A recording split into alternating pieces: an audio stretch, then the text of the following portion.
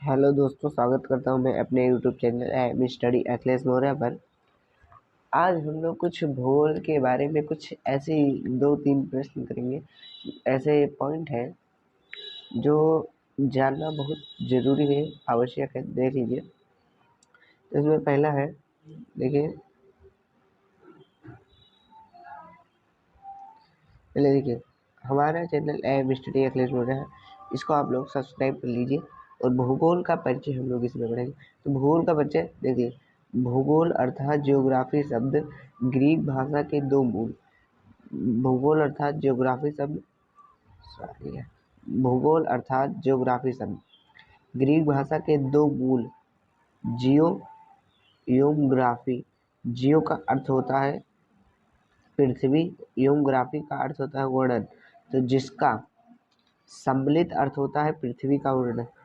तो आप लोग देख लिए, भूगोल का अर्थ है जियोग्राफी, मतलब इसको इंग्लिश में बोलते हैं जियोग्राफी शब्द। ये ग्रीक भाषा से लिया गया है। क्या जियोग्राफी शब्द ग्रीक भाषा से लिया गया है, जिसका अर्थ होता है जियो का अर्थ होता है जियो का अर्थ होता है जियो का अर्थ होता है पृथ्वी, और योग्राफी का अर्थ होता है वर्णन। क्या होता है? वर्णन। आप लोगों को समझ में आ गया होगा जियोग्राफी का अर्थ क्या होता है। अब देख लीजिए इसके बारे में कुछ प्रश्न। तो प्रश्न हमारा पहला है, भूगोल का जनक किसे माना जाता है? भूगोल का सॉरी भूगोल का जनक किसे माना जाता है?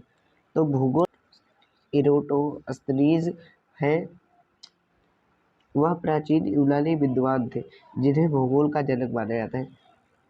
इरेटोस्थनीज को भूगोल का जनक माना जाता है, लेकिन इसमें लेकिन लगता है, इसलिए नोट एच.एफ. टाजर ने हैकिटस जो थे, एच.एफ.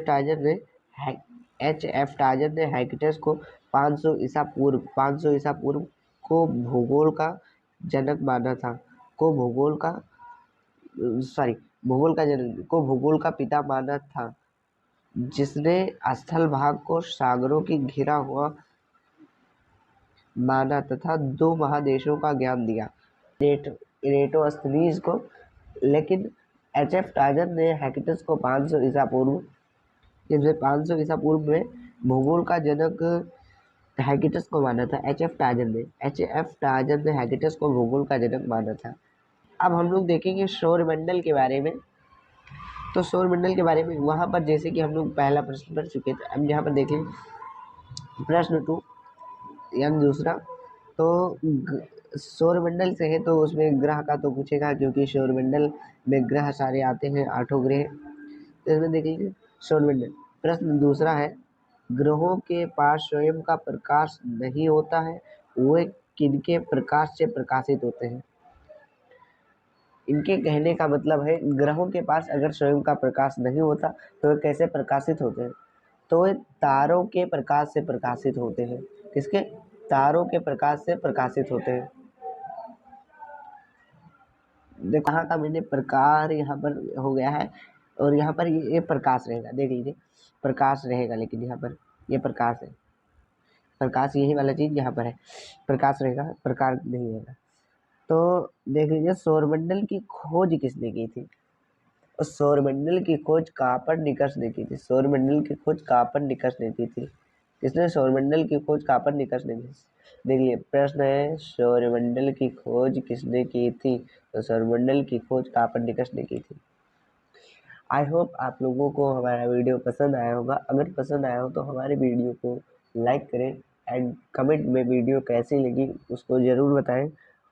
और अगर आप लोगों को ऐसे वीडियो देखना है तो हमारे चैनल को सब्सक्राइब करें। धन्यवाद।